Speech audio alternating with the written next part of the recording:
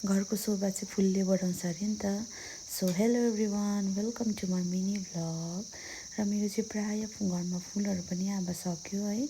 गदावरीको पनि प्रायः सिजनहरू सक्दै गयो। गदावरीहरू पनि फुलेर सबै सक्यो।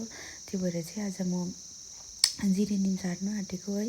यो चाहिँ मेरो रोज भेराइटीको पर्पल कलरमा थियो नि त।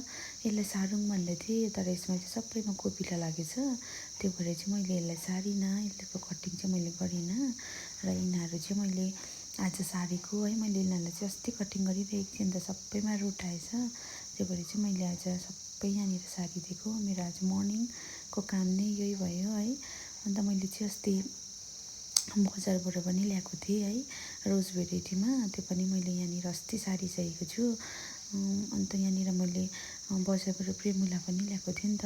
अन्त मैले यो पनि सारेँ है। ठन्डामा चाहिँ तर पढ्नु साह्रो पर्छ, हाम्रोमा चाहिँ पुरा जाडो हुन्छ नि त। हेर्नुहोस् न, मेरो एउटा पल्ट रोजले पनि मजाले फुलिरहेको रहेछ, दुईवटा कलर पनि मजाको।